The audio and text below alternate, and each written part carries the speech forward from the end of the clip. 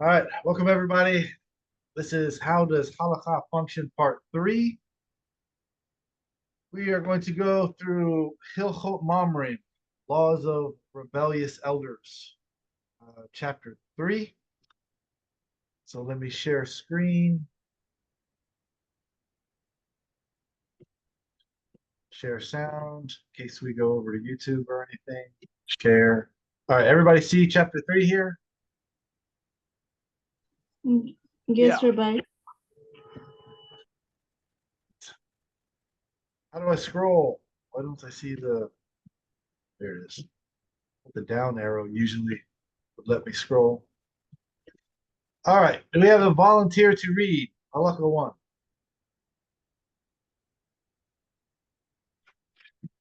It's a short one.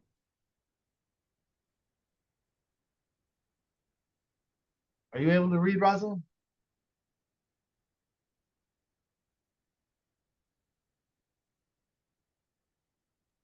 Yes, Rabbi. Oh, great. Thank you. A person who does not acknowledge validity of the oral law is not the rebellious elder mentioned in the Torah. Instead, he is one of the heretic and he should be put to death by any person. Well, that escalated quickly. That went from like 0 to 100. First halacha. Okay, so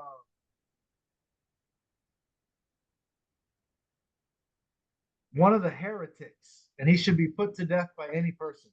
So obviously, this is a time where we were in the land and we had a Sanhedrin. Today, we don't have a Sanhedrin, so we're not putting anybody to death. So just to be clear about the time frame of this, when you see YouTube rabbis calling people heretics, that's not permission to go out there and kill anybody. So the Rambam defines the term epikuros and Hilchot Teshuvah. Um, it appears that here he's not referring to the precise definition of that term, but rather to a more general conception of heresy. It must be noted that many of the authoritative manuscripts of the Mishnah Torah use the term min. So that's why I'm a big fan of this version of Mishnah Torah. I'm watching on the video because it's got the commentary where it actually references the differences in the original Yemenite manuscripts versus the popular printed version. Okay, as the Rambam continues to explain in the following halacha, a heretic should be slain. Any person may and should take the law into his own hands in this regard. There is no need to wait for judicial process. Again, this is a time when we were living in the land and we had control over all the Jews and the non-Jews in the land, and we had a Sanhedrin. So this is not saying to do this today. Okay, Halacha 2. Anyone that can read?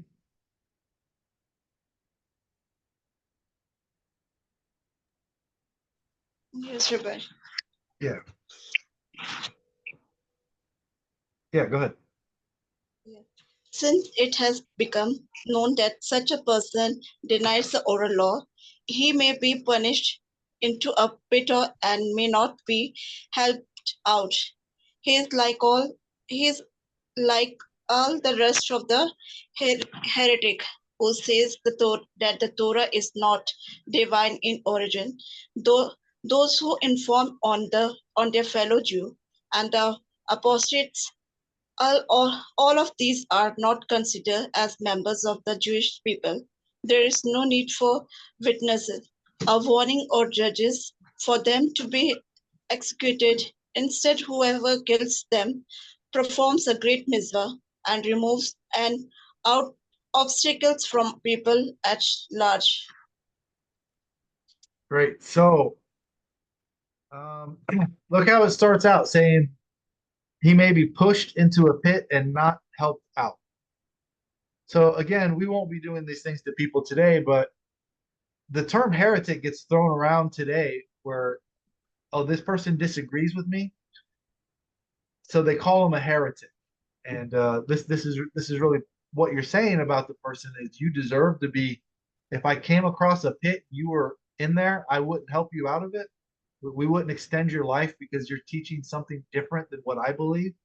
Your rabbi taught you something different than what my rabbi taught me. That's pretty strong language, especially when we're talking about Jews. We're talking about fellow Jews, right? I think that the word heretic has been replaced with anti-Semite. So there's different words, like it mentioned Epicurus here.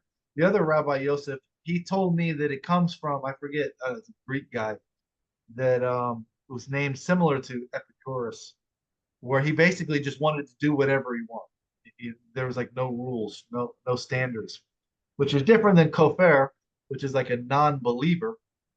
And then here it references the term min, you know. So there's different terms for it.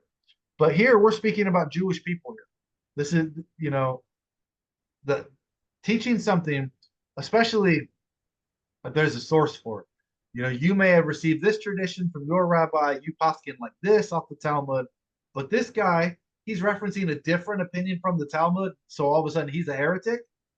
He deserves to be killed or not have his life extended because he's teaching a source that's been there for thousands of years, but the source is just not popular today.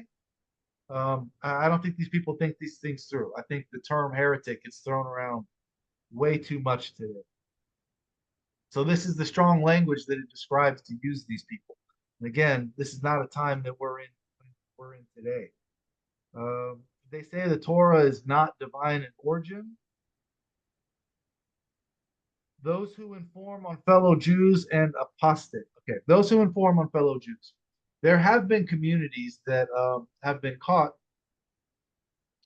where sometimes people elevate rabbis to very unhealthy levels, and some rabbis have been caught abusing children. And this is one of the things that they've used. You can't inform on them because you'll be turning me over to a non-Jewish authority, you know, whoever the sheriff is in that town or the police department. That's been used along with the Lashon Hara. You can't say negative things about us. This is a sin equivalent to murder. That doesn't apply here. If you see victims, you know, you need to stand up for the victims. So it's a totally different situation. And then the next line, and apostates, those who leave the religion. So there's a little bit of a different term today. Today they want to call everybody a Tanoch Shenishba. Oh, well, if you've left the religion, then you're just like a family who has been, you know, a child that was found as an infant and raised by non-Jews. It's just that you're ignorant of Judaism. You don't know the mitzvot that you're supposed to be following. So, you know, that's Tanoch Shenishba. There's a case to be made for that. But that's not the same thing as an apostate, one who leaves the religion, one that says, I want nothing to do with this, one that says, I don't think the Torah is divine, one that says, you know, I want to do the exact opposite of what the Torah tells us to do. That's an apostate. That's one who does know. And this is the language that it's referring to. All of these are not considered as members of the Jewish people. Try walking into a Chabad today and say, no, he's not Jewish. He actually hates all of us and wants to be a non-Jew. That's when they'll start saying, no, he's just a Tanoch Shenishba. We have to reach out to these apostates, these people, and convince them to be Jewish. But the people who's not an apostate, who actually want to come convert, then we're going to push away with the Noahide scam. Yeah, I think that's wrong. I see your second your hand. Let me just finish this one thing. Instead, whoever confills them, kills them, performs a great mitzvah and removes an obstacle from a people at large. I would say we don't need to go around killing people that are doing this today. Again, this is a totally different time in today's day and age. But I understand their point. They're performing a mitzvah and removing an obstacle from people. But there's ways to do that without killing them. We can just say, look, Jeffrey Epstein, he's not one of us. I don't care who his mother is. He's not a Jew. We need to separate from them because that will remove an obstacle. Then when you see these people, these actual apostates, not a Tanoch Shenishba, an apostate that wants nothing to do with the religion, we'll say they are not one of us. You can't blame Jews for what that guy's doing because he's not a Jew. Halakhically, yes, he would still be judged as a Jew if he lived in the land when there was a Sanhedrin because his mother's Jewish. he's still halakhically Jewish. You can't undo that. Whether you're born Jewish or you're a convert, you're still halakhically Jewish. But we should have no association with them. It would just be an apostate, basically a kegoe, someone who's like a non-Jew in every aspect, doing whatever bad behavior they're doing, not influencing us. Salah, you had a question? Thought I saw your hand raised.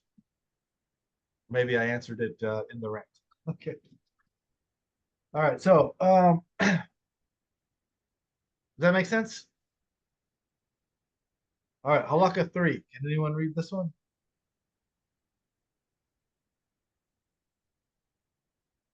If everyone else is multitasking, you can be my designated reader, Rosalind, if you'd like. Sorry. Yeah, I know you're driving, so you can't.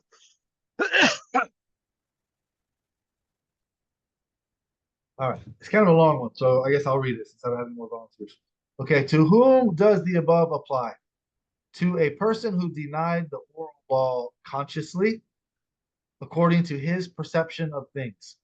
He follows after his frivolous thoughts and his capricious heart and denies the oral law first, as did Tzadok and Betus. I don't know if I'm pronouncing that right or not, but these guys right here, I looked them up, and this is the 1st century before the Common Era. That's when this guy is. So that's the era that this is referring to. And those who erred in following them. So these guys denied parts of Torah and I guess built a following, and people started following them. So this is why the strong language was being applied there. Different laws apply to the children of these errant people and their grandchildren whose parents led them astray, and they were born among these Karaites. So these were not the children and grandchildren of the people were not the ones rebelling, denying Torah and going against it. They were born to these people, so that would be like a Tanokh Shanishba status, someone that doesn't know any better. That is different than an apostate, someone who knows the law, is in the synagogue learning, and rejects it. The Karaites were a sect of deviant Jews who followed the approach of these two guys, and deference to Jewish tradition. In Rambam's era, they had won the allegiance of many Jews in Egypt and North Africa. Their belief, however, was not perpetuated, and after a brief stint in history, they ceased to exist in significant numbers. Okay, so the Tanokh Shanishba would be people raised by them that didn't know better and raised according to their conception. They are considered as children captured and raised by them. The concept of a child captured and raised by Gentiles is found in Shabbat 68b. It's explained that when such a child comes of age and later desires to atone for his conduct, he is required to bring only one sin offering for each transgression, which he performed, no matter how often he repeated. So once he learned something that he's doing was wrong, he doesn't have to bring an offering for each violation. Just now that he knows this behavior is not allowed, no matter how many times he did it, he just brought one sin offering for it. He's judged more leniently and not held fully responsible for his deeds because he was raised in a non-Jewish environment. Similarly, Rambam is postulating the descendants of the Karaites should not be held responsible for their transgressions, for they were brought up in an environment that drew them away from Torah and its mitzvot. Such a child may not be eager to follow the path of mitzvot, for it is as if he was compelled not to. Even if later he hears that he is Jewish and sees Jews and their faith, he is still considered as one who was compelled against observance, for he was raised according to their mistaken path. As reflected in the manuscript copies of Rambam's commentary to the Mishnah, these words of patience and forbearance reflected a change in the Rambam's thinking. In his youth, he concluded his treatment of the subject without including them. When he rewrote his commentary to the Mishnah in his later years and here in the Mishnah Torah, he felt it necessary to include them. So he used to have a very stern approach against Karaites, but later on he realized they were sort of like Tanok Shanishba. They weren't really exposed to proper observance. Contemporary rabbinic experts have applied the Rambam's statements here to the question of how to deal with Reform and conservative Jews today. There was a story about I don't remember the names of the rabbis, but the little rabbi brought this concept up to the bigger rabbi. He said, "Shouldn't we be going into like Reform synagogues? These people, if they have a Jewish mother, they're halakhically Jewish. They've never been exposed to Orthodoxy. Shouldn't we go in there and bring them out and show them the right way?" So the bigger rabbi said, "Yes, you'd be very good at that. I think you should play that role. Go get them out, bring them in." So he goes to a synagogue, a Reform synagogue, and then the next day he reads the paper, like the Haaretz or something, one of the papers in Israel, and they wrote a hit piece on him. This I can't believe he would do that. He should know better than to be visibly Jewish, in black and white, going into a Reform synagogue. So then he goes back to the bigger rabbi, says, "Didn't you tell me that I should go in there and to the Reform synagogues and try and get these people out?" And he said, "Yes, I said you would be very good at that." So the little rabbi says, "Then why am I reading in the newspaper that you're attacking me for or criticizing me for doing it?" So the bigger rabbi says, "Because that's our role. It's your role to go and get them because that's the right thing to do. But it's our role to criticize you for doing it. We have to keep the standards high. We don't want anybody going into Reform synagogue." So, there's an argument to be made that maybe they are like a Tanakh Shanishba if they've never been exposed to this. But I mean, again, in the story, they're referring to people who are halakhically Jewish who have a Jewish mother. That wouldn't apply to converts who converted to that, because those people, some of them, not all, but some of them do reject orthodoxy. They deny that the Torah is divine, and this is what they were calling heretics, those who deny the divinity of the Torah. So they say, "I want to view the Torah as optional. I don't accept the oral law. I only accept the Torah as man-made and optional." This is, a heretical thing. Again, I don't think we should be killing these people, but you see, Rambam later on said we should probably be more courteous to these people because they have not been exposed. And really, if we're pushing them away, saying we don't want you, we don't want to convert you, we don't want to teach you our way, are they really to blame if they went somewhere else because we wouldn't welcome them in? So I don't think we should be calling them heretics, saying they're worthy of the death penalty because they believe something that we don't. At the same time, we're not willing to teach them. So I do think we have to, just like we learned in the laws of conversion, we have to draw them forth bonds of love. We have to be encouraging them to join us, not attacking them. Yeah, Salah.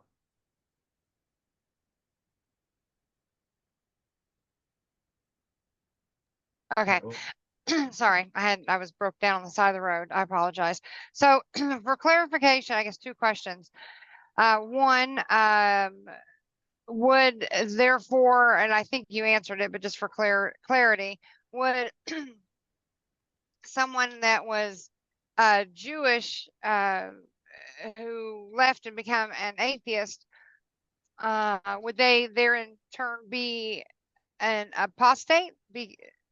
Based on what you're defining, am I understanding that correctly? And two, yes, can you be a heretic and an apostate at the same time? Yes. Yeah. Or do they go hand in hand, or can you be one or the other? If you were born Jewish to Jewish parents, but they were not religious, then they didn't raise you religious. So you're still Jewish. You're still halakhically Jewish. So in this case, you would be a Tanakh Shanishba because nobody ever taught you religious observance. So if you decide not to be religious, at that point, you're not really an apostate because you don't know what the religion is that you're leaving. You never had it. An apostate is someone who says, "I'm done with this. I don't want to be part of this anymore. I want to be an atheist. I want to join some other religion." They're leaving the religion that they know. That's an apostate. Can you be a heretic and an apostate? Sure.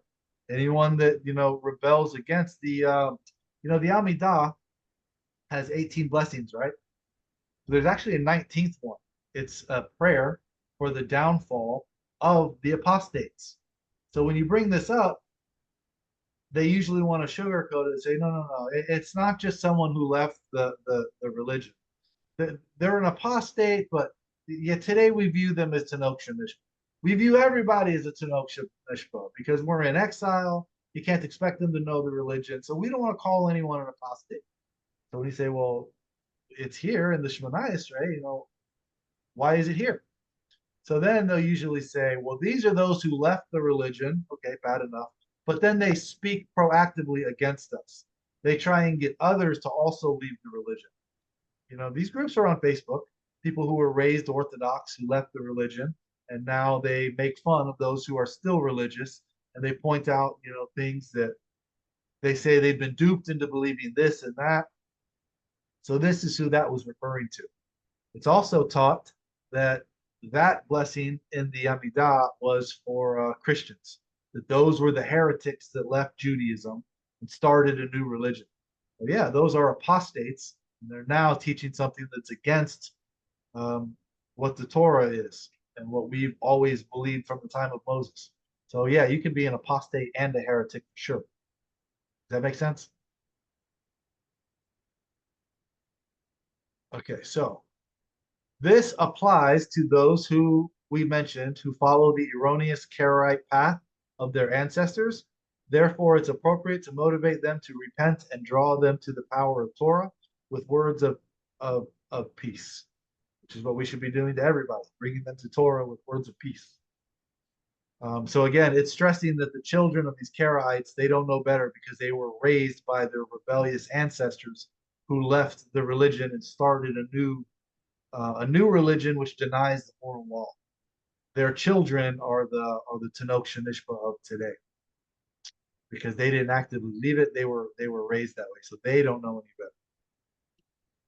But it applies the same if you were born Jewish and your parents were not religious, and they couldn't raise you to be religious because they themselves didn't know.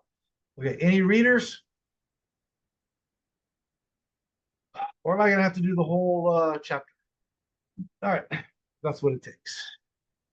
I'm willing and able. 4. The rebellious elder mentioned in Torah, by contrast, is one of the sages of Israel. So here, we're not discussing a Tanokh Shanishba. We're talking about one of the sages here. So this is an extremely educated person. Okay, so one of the sages of Israel who has received the tradition from previous sages and who analyzes, i.e., derives concepts using the accepted principles of biblical exegesis, and issues a ruling with regard to the words of the Torah, as do all the sages of Israel. His rebellion involves an instance when he has a difference of opinion in one of the Torah's laws with the Supreme Sanhedrin and did not accept their views, but instead issued a ruling to act in a different manner. Okay, we use the chicken and cheese argument a lot. So this is talking about one of the sages who has the authority to make rulings and to derive law, and he does not accept the ruling of the Sanhedrin, and he instructed his people to act against the ruling of the Sanhedrin. And it'll become more clear as we get through these. The Torah decreed that he should be executed. He should confess his sin. He should confess his sin before being executed, as required of all those who are executed, so that he will be granted a portion in the world to come. In contrast, those who deny the oral law are not granted a portion in the world to come. According to the Kesef Mishnah, this is based on Hilchot Teshuvah. Again, who gets a share in the world to come, who does not? This is debated in the Talmud. But this is Rambam's opinion that this is a requirement. If you've been given the death penalty, you have to confess rather than denying it before you're executed. even though he analyzes and they analyze, meaning, so now we're back to the one who is denying the ruling. He's one who makes rules. He gives you his opinion. They give you their opinion. We all vote, and we go by the majority. So this is the minority dissenting opinion. He doesn't accept the ruling of the majority. He's got a difference of opinion. So even though he analyzes and they analyze, he received the tradition and they received the tradition. The Torah granted them deference, stating that we should follow the majority, even if the court desires to forego their honor and allow him to live. They're not allowed, so that the differences of opinion will not arise within Israel. Okay, when it says here, everyone understand what's happening? This guy is one of the guys on the Sanhedrin. He received this tradition, so this is why he's arguing. Let's say chicken and cheese should be allowed. They received a different tradition. They're saying maybe it should not be allowed. But they outnumber him. They're the majority. So when it says here, the Torah granted them deference, I highly recommend all of you guys scroll through my channel to Bava Metzia 59b. Okay, when it says the Torah granted them the deference, the majority, this is where usually people are quoting Bava Metzia 59b. Rabbi Eleazar is the guy that's got the minority opinion. He's arguing against the majority. In that story, the world agreed with Rabbi Eleazar. The tree is moving, water stops flowing downhill and flows uphill to show Rabbi Eleazar is right. And then here, they quote the Torah, they misquote the Torah. They say the Torah is not in heaven, it's for us. The Torah is here. So we are the majority. And there they quote in Exodus where it says, do not follow the majority to do what you think is evil, showing Rabbi Eleazar was right to continue arguing against the majority. So they intentionally misquote the Torah here. And in that story, they are punished for what they did to Eleazar. So it goes to show, I don't want to retell the whole story here, but this is where we learn that mistreating a convert, even verbally, transgresses multiple Torah prohibitions from this story. So while there is merit to following the majority, usually people are going to misquote the Torah and able to find their in order to try and justify it. I cover that in Bava Metzia 59b. Highly recommend you guys watch that. And also, like we're using the term heretics here. Again, it's transgressing multiple Torah commandments to cause anguish to a convert, even verbally. So if this person that you're calling a heretic because you disagree with them as a convert, it's serious business. Some say 36 and some say 46 of these Torah commandments apply to converts. But anyway, it's in Bava Metzia 59b. And this reason why they were doing that is so that differences of opinion will not arise within Israel. That's mentioned there also. Okay, anyone want to read number 5? Yeah, Rabbi. A rebellious elder is not liable for execution unless he is a sage, erudite enough to issue halakhic judgment, who has received simcha from the Sanhedrin, and who differs with that court with regard to a matter whose willful violation is punishable by Gerian, and whose inevident violation requires a sin offering, or with regard to Tiflin. He must direct others to act according to his ruling, or act according to his ruling himself, and differ with the Sanhedrin while they hold session in the chamber of heaven stone. When, by contrast, a student who has not attained a level of erudition that enables him to issue halakhic ruling, but nevertheless issues a ruling, he is not liable. This is derived from Deuteronomy 17:8, which states, if a matter of judgment exceeded your grasp, implied is that a passage concern only a scholar who is unable to grasp something which is exceedingly difficult to comprehend. Okay, so let's use the chicken and cheese example. A rebellious elder is not liable for execution unless he is a sage, erudite enough to issue halakhic judgments who has received smicha from the Sanhedrin. Meaning, if you're just your average person living your life trying to comply the best that you can, that's not who this is referring to. That's referring to someone who is in a position of authority. They have smicha. Look at what pops up. What is a rabbi? What makes you a rabbi is that you have smicha. So everyone's saying, oh, this is a fake rabbi. I don't like this guy. That's the definition. This is what gave them the authority to judge on the Sanhedrin. They had smicha. So your person who's not in this status, you're not a rebellious elder just because you have a gray beard, just because you're old. That's not what this is talking about. This is talking about people who have the authority to judge. So this person who differs with the court, so it's a court where, they're making laws. This person whose willful violation, not theoretical, but actually willfully going against it, who's punishable by karet, to be cut off, excommunicated, who's inadvertent, but we're not speaking about an inadvertent violation. Somebody, mixed chicken and cheese and fed it to you, you didn't know. That would be inadvertent. We're talking about a willful violation. He must direct others according to his ruling or act according to the ruling himself and differ with the Sanhedrin. So this is not saying the chicken and cheese example. I think chickens don't lactate, so therefore that should not be the law. He has to willfully violate that and teach others to do so. Okay. When by contrast, a student who has not attained this level that enables him to issue halakhic rulings, he's not there yet. He's just your average person. But nevertheless issues a ruling, he's not liable.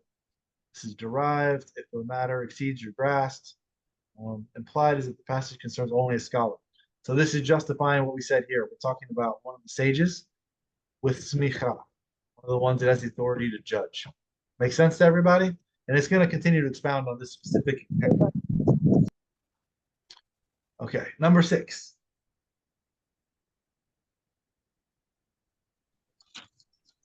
If a sage was an exceedingly great scholar and a member of a court and differed with the supreme Sanhedrin, and he returns home and taught others according to his original conception, but didn't direct them to act accordingly, he is not liable. This is derived from Abate 12, which states, and the person who acts obstinately, the punishment is warranted, not for speaking obstinately, but for issuing a directive for action or for acting oneself. Okay, so we see here, if he disagreed with, let's use the chicken and cheese example. If he disagreed with the majority and he returned home and taught others to his original conception that he thinks chicken don't lactate, so he thinks they should not be using the arguments that they made to pass the law. He's still teaching chickens don't lactate, but he's not directing them to mix chicken and cheese. He's not liable. The punishment is warranted not for speaking his opinion, but for issuing the directive, saying we don't have to listen to the Sanhedrin. They got it wrong. They're the majority. They voted. That's now the law. I disagree with it. Well, look, I disagree with lots of things that Congress does, but it's still the law. But when he issues that because their reasoning was no good, we can ignore that law. That's when the punishment is warranted. That's when the member of the Sanhedrin, the one who has the authority to make law, says, we don't have to listen to my colleagues. You can just listen to me. You can go against what they said. That's when this punishment applies to him for teaching others. Okay, so if the law is this is not kosher, then that's the law. It's not kosher. If you are out there teaching others to go ahead and say you don't have to listen to that law, you can violate laws of kashrut. This is a big problem. Okay, number 7.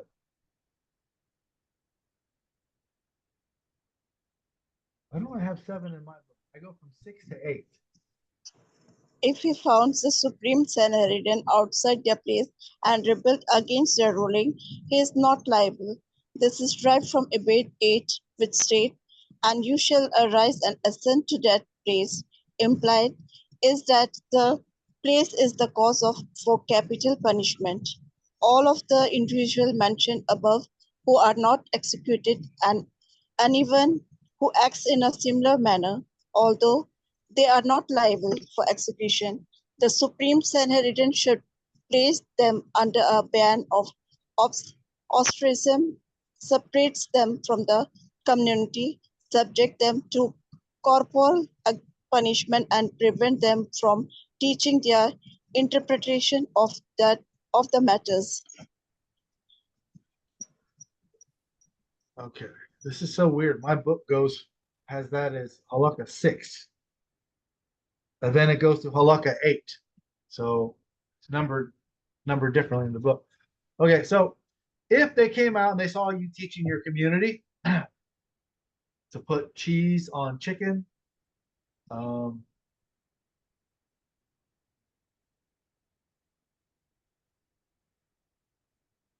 the individual mentioned are not executed. Anyone who acts are that not liable for execution. They should place them under a ban of ostracism, separate them from the community, and prevent them from teaching their interpretation. So yeah, if they come out to where you're teaching and they rebelled against their ruling, he's not liable. Oh, outside their I see. So this would be like the diaspora, outside their place. They don't have jurisdiction to come over here and execute you, right? But you should be placed in ostracism. They don't learn from this guy. That, like say reform is out there teaching, oh, we don't have to follow laws of kashrut. You can go out and eat, pork or get non-kosher meat. You know, that's how you kasher the meat. No. We put them a ban of ostracism to prevent them from teaching this to other people.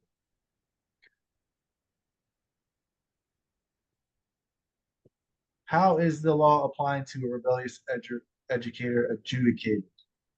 Okay. This is a long one. Would you like to read, Rosalind, or you want me to read? Okay, Rabbi. Yeah, go ahead. How is the law applying to a rebellious elder educated, where the matter is undecided because of its difficulty, and a sage who is erudite enough to issue a ruling, whether with regard to a matter which he arrived at through his own reasoning or which he received from his teacher? He and the sage who differs with him ascend to Jerusalem and came to the court with which hold session at the entrance of the Temple Mount. Okay, let's pause right here for a second because this one's so long. Maybe we could deal with them each at a time. So Okay. this is when a matter is undecided. Okay, so this is not something that they've already ruled. This is a matter like, well, we don't know how to proceed.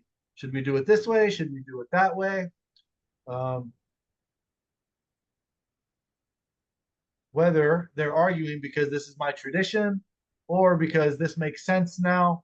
We're thinking new things come up like the oven in Baba Metzia 59, electricity. We're using our own reasoning for these new concepts, or we're saying this is the tradition that I've received, so this should be the law. When they differ, then they come to the court.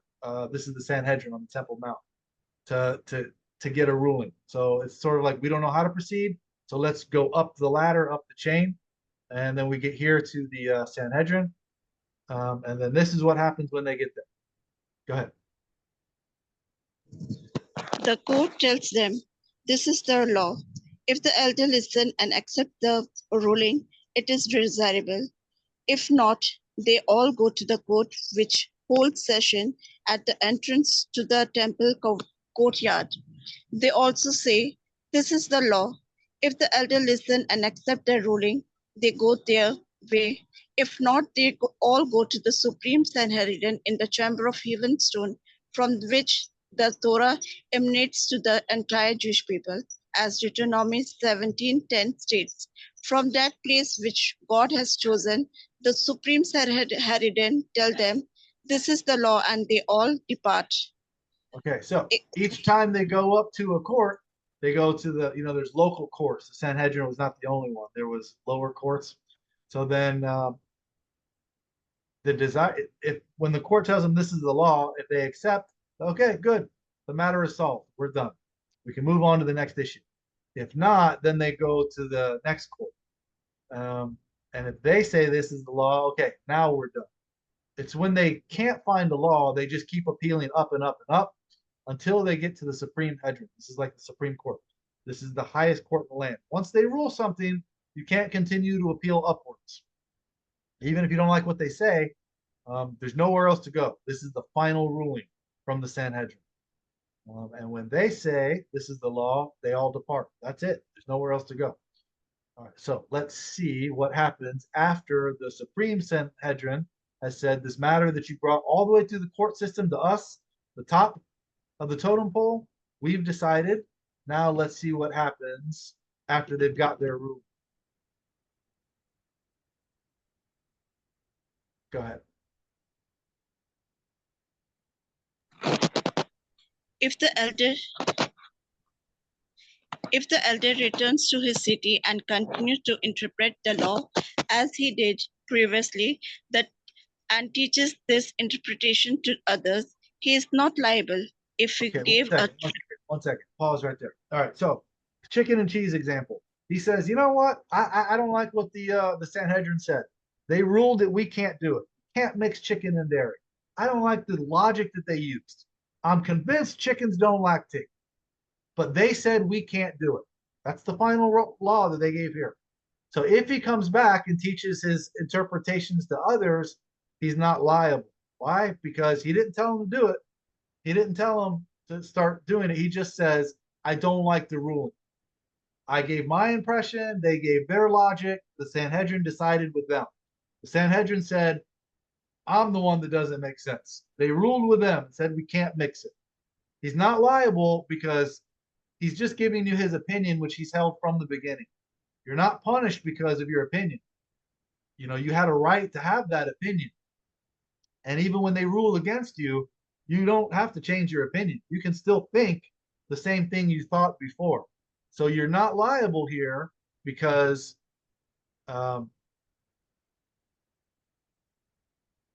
if he returns to interpret the law and he previously and he teaches this interprets to others, he's not liable because all he's doing is teaching his opinion.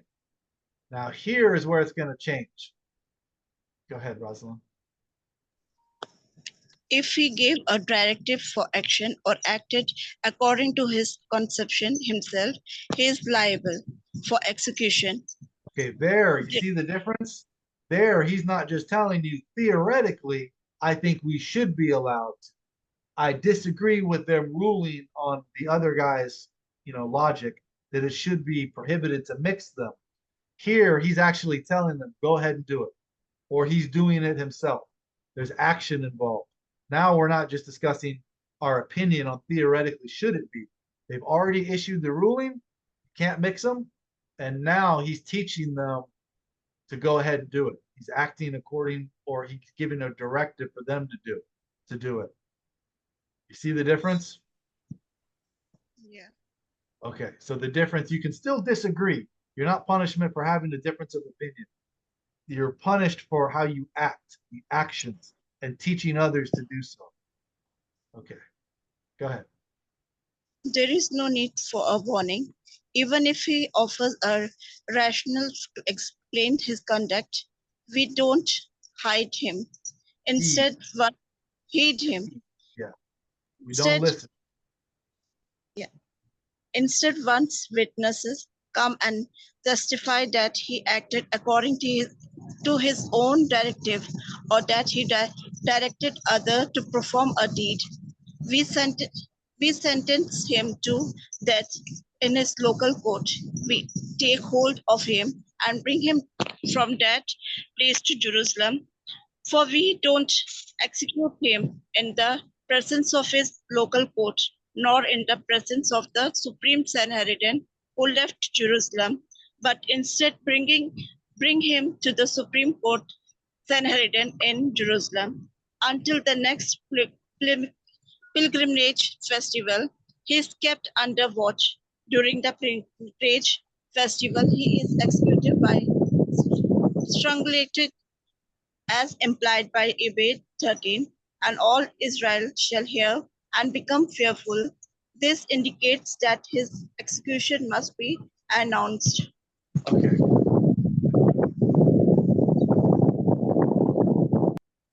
There's no need for a warning because he should know better. This is a rabbi. This is someone who has smicha. This is someone who's teaching others. He should know better. Even if he offers a rationale to explain his conduct, whatever that rationale is, it doesn't matter. They've already decided this is the law. This is what's kosher. This is what's not.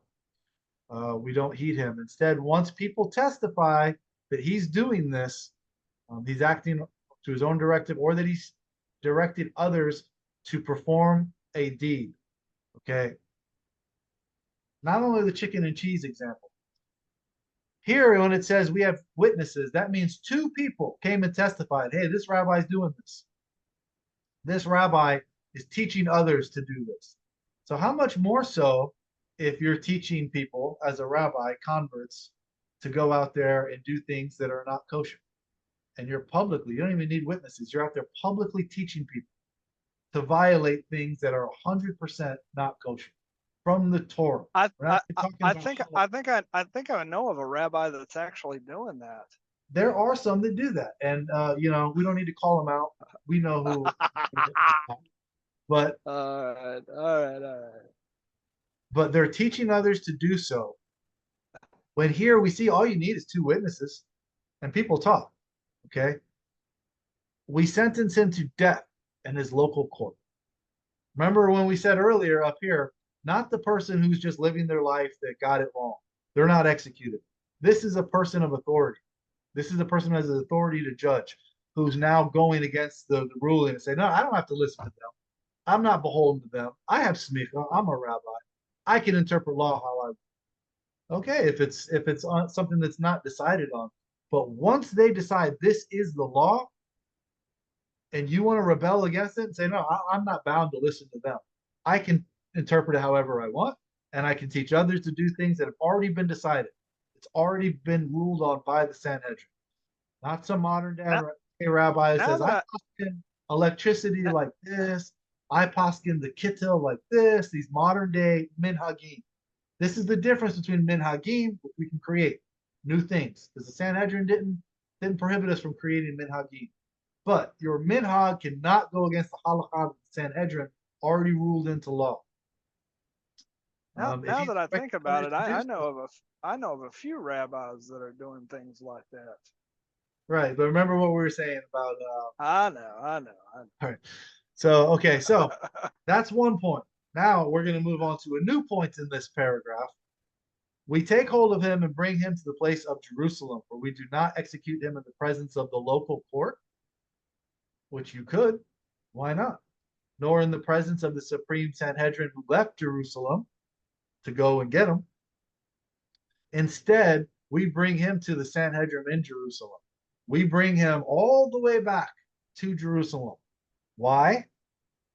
There's not a whole lot of talk of prisons. We have the cities of refuge set up for a Jew who accidentally kills someone. He goes to a city. It's like a sanctuary city. If we were allowed to accept Noahides, they accidentally kill somebody, they would be executed. But a Jew, he gets to go to one of these cities. It's kind of like an open air prison. You're not allowed. I got a to question. Yeah, 1 second. So you're not allowed to leave, or the Redeemer of Blood, family member of the person that you accidentally killed, they would be allowed to kill you if you leave the city. till the high priest dies. But you're supposed to remain in that city. Other than that, there's not really any examples of arresting somebody. If they're punished, they get lashes and they get sent on their way. If they're death penalty, then they're executed. But here, this guy who's been sentenced to death, he's brought back to Jerusalem and he's held until the next pilgrimage festival. So we're talking about Sukkot, Pesach. Why? He's held instead of just being executed. He's held until this festival and he's kept under watch. During the pilgrimage festival, he's executed. Why? So that all of Israel should hear and become fearful. We don't want to execute this guy, bring him back to Jerusalem, have the trial and execute him now. We want to hold him until all of Israel comes back. That way they're all here. They're all present to witness this execution publicly. So you're not just like one of many who was executed that nobody heard about it. You were a leader who was teaching others to go against the Sanhedrin. You were made an example out of, brought back and held until the entire nation could witness it publicly to see this is not tolerated. Make sense? All right, Moshe, you have a question? Yes, my question is, and as this regards to mistreating the convert, hold on, I'm trying to, what is the difference between like a rabbi, a rebbitzin, and just a regular Jew? With that, I know we've had this conversation before. With that question, is your mother Jewish? But that mistreating the convert, but at the same time, like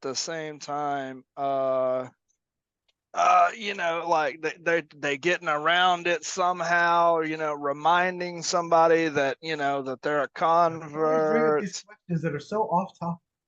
Okay, the difference. No. This is on topic. This is on topic because I'm thinking. So you started saying the difference between a rabbi, a rebbitzin, and a Jew. Okay, a rebbitzin just means a rabbi's wife. A regular Hilchot. Yeah. So I mean, like, if somebody is, I mean, does it all carry the same weight? Yes, as far as a convert, it doesn't matter if the convert's a rabbi, the convert's a rebbitzin. No. I'm talking about when somebody that is an ethnic Jew asks somebody if is your mother Jewish, like they're asking them, like they're going to base that on whether they have anything to do with them or not. Yeah, so you're not allowed to remind someone that they're Jewish because we were all strangers in the land of Egypt. So we're reminding them by reminding you that you're a convert, that there's a flaw in you. At one point, you were not Jewish because you had to convert and become Jewish. We have the same flaw in all of us. We were all strangers in Egypt. We all converted at Mount Sinai or whenever we converted. So we all had to convert. So it's not that we can't ask you if you're Jewish. We're allowed to ask you if you're Jewish, so we know if you're Jewish or not. We can't remind you that you're Jewish, that you were at one that you're a convert. It's like a way of saying, well, if we have a disagreement, I think this, you think that. Okay, well, you're a convert, so you're on a lower level than me was a Jewish mother, as a way to one up the convert. So you're allowed to ask a person if they're Jewish. You're not allowed to remind them as a way to put them in their place. Now, why but do they don't they don't ask you if you're Jewish. They ask you if your mother's Jewish, which is reminding you that you're a convert. That's what I was about to say, is that the reason why they're asking you if your mother's Jewish, instead of asking you, are you Jewish? Because to them, if they ask you if you're Jewish and you say yes, that solves the matter. They're asking you, is your mother Jewish? Because they want to know, are you either a non-Jew or a Jew who converted? Because to them, they view someone with a Jewish mother as a separate category. That's why they're specifically asking. So in their mind, well, if your mother's not Jewish, then maybe I can nullify your conversion and say I don't recognize. But you're allowed to ask if a person is Jewish. But you get into this area where causing anguish to a convert, even verbally, how you talk to them is transgressing Torah commandments. And in that example, Bava Metzia 59b, Rabban Gamliel, I think was his name, he was killed because he excommunicated Rabbi Eliezer. And just go read the story. But it says the gates, if all the gates of heaven are closed, the cries of a convert will always be heard. And this is where it says, even if you cause anguish to them, even verbally, how you talk to them, Hashem will always hear, and you will always be punished for what you do to converts. So it's mentioned in the Torah. Converts are mentioned more than Shabbat. So it's to be. People don't tend to take it seriously today, but it should be a very serious crime. Yes, Salah.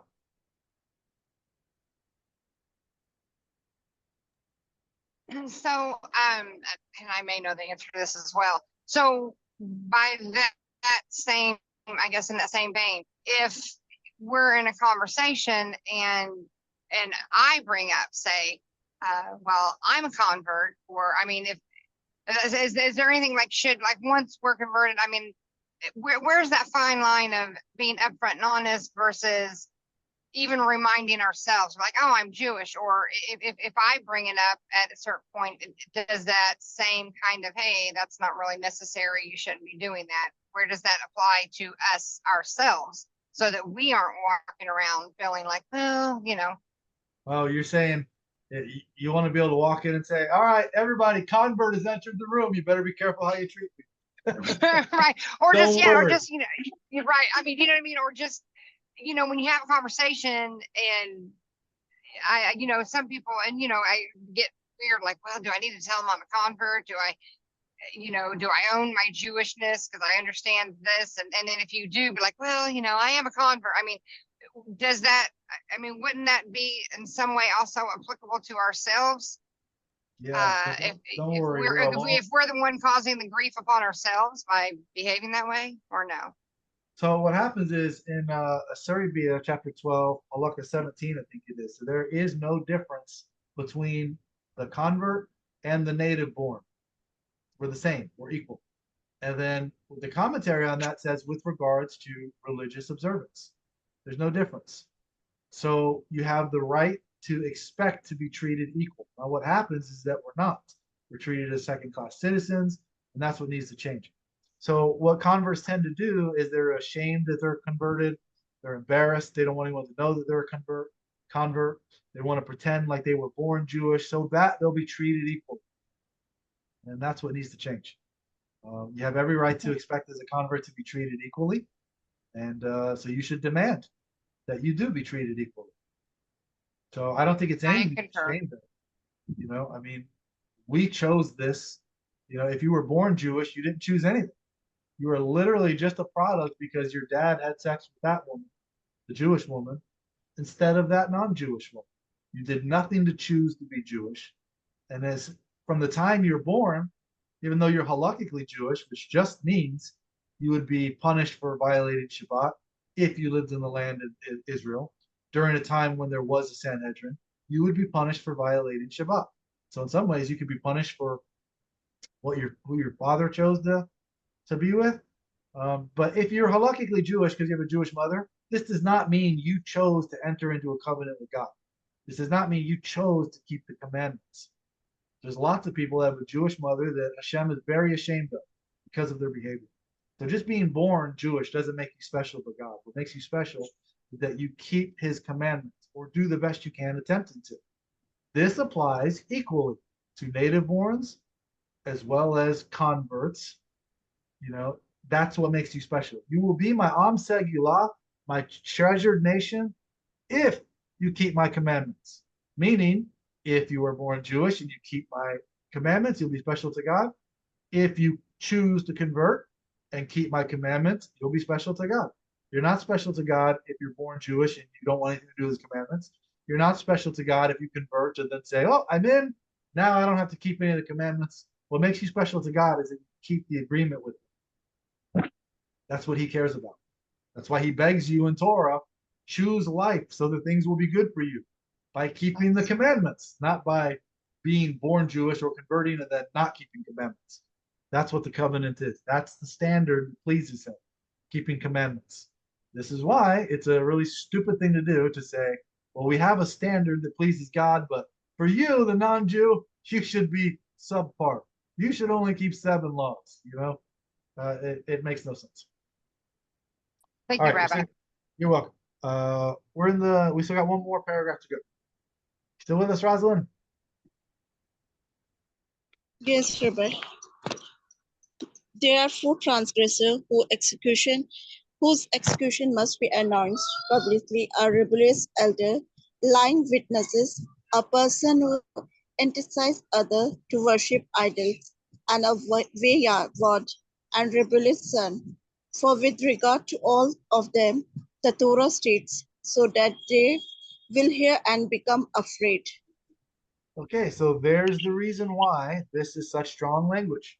Not only do we execute people that teach others to do this stuff, we're talking about, again, people that have the authority to judge, not your average person that doesn't know any better, is getting this wrong, and I gave you bad information. You know, I saw this guy eating a cheeseburger, he's wearing a kippah, he's dressed in black and white, so therefore, if he's eating cheeseburgers, it must be allowed to eat a cheeseburger. So now you're teaching your neighbor, must be allowed to eat cheeseburger. If you didn't know, that was plant-based cheese on a kosher beef burger that came from a kosher restaurant. You're teaching your neighbor we're allowed to eat cheeseburgers. You're giving them bad information, but you're not the one being executed because you didn't know, made a mistake. It's serious about people that have smicha, they have the authority to judge, and they are teaching others to do against what the Sanhedrin has ruled. That's who it's talking about. And why is it so serious? So that people will hear and become afraid and not do that kind of stuff. Because then we'll have people saying, well, you know what? I'm going to listen to this one who's teaching against the Sanhedrin. I'm going to follow him instead. That's better. That's an easier way to do it. So that's the reason why these four, well, specifically those sages. But the commentary here, it gives you an example. It's kind of confusing, but I can read it if you want, because this is the last halakha of this chapter, so we're about to end. But it gives you a reason why each of these four are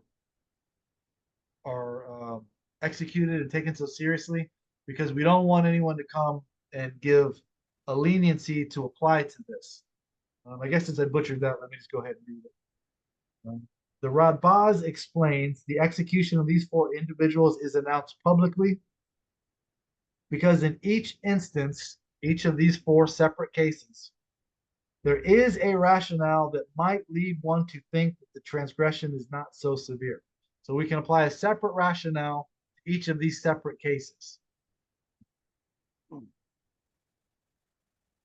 So in the case of the rebellious elder that did not actually commit a transgression, he merely instructed others to do so.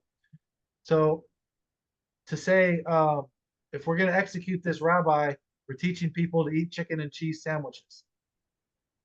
There is a rationale that you could say, well, he didn't eat the chicken and cheese sandwich. He just told someone else to do it. So he's not guilty of mixing chicken and cheese. Maybe we shouldn't execute him. They're saying no, he's got to be executed. Even if he didn't mix chicken and cheese, even if he didn't eat it himself, even if he's a vegetarian, even if he didn't eat and he teaches others to get non-kosher meat, put kosher salt on it, even if he's not doing it, he's teaching others to do so. So therefore, we cannot apply this rationale that he didn't eat it, he just taught others to do it, so we shouldn't execute it. It's so serious, the execution must be done in this case for teaching others, in the case of the rebellious elder, even if he didn't do it himself. We can't apply this rationale that he didn't do it, he only taught others. It's that serious. The lying witness, this is a separate case. We don't want them to say not executed if the person was executed on the basis of their testimony, only when he has not yet been executed. Hence, one might think there is room for leniency. Okay, so there it's a little confusing. I don't know if this is saying we executed him on your lying witness. You said he was guilty and we executed him, and then we found out you were a lying witness and the person was dead. Or if it's saying, okay, well, we didn't execute him yet. You're just lying about a case where he would face the death penalty. Meaning you're saying he committed this transgression that he should get the death penalty for, even though we haven't executed that guy yet, just because you said you testified against him where he would get the death penalty, you should be executed for that. So the way they word it, maybe you can help me understand, but it's saying one might think there is room for leniency. That's why he's like the rebellious elder. He's got to be executed. But the way it's worded, the lying witnesses are not executed if the person is executed on the basis of their testimony only when he has not been executed. Hence, one might think there is room for leniency. I think this is saying that, I don't know, it's a little confusing, but it's saying that we have to execute the lying witness. I think it's saying don't come with the rationale that since he hasn't been executed, you only lied in the testimony in a case where he's going to be executed. But if he hasn't been executed yet, then maybe we shouldn't execute the lying witness. Hence, there was room for leniency. I think that's what that's saying.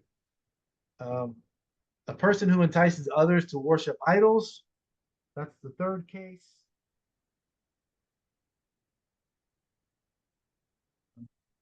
Oh wait, no wait. And the wayward and rebellious son. Similarly as explained, the wayward and rebellious son is not executed because of the transgressions he performed. For stealing and eating gluttonously do not make him worthy to die. Instead, the Torah appreciates the ultimate outcome of his conduct. As such, there's room to argue that at present there's room for leniency. Okay, so the rebellious son, a Noahide, a Ger Toshav, when we were allowed to accept them, they would be executed for stealing. A Jew would not be.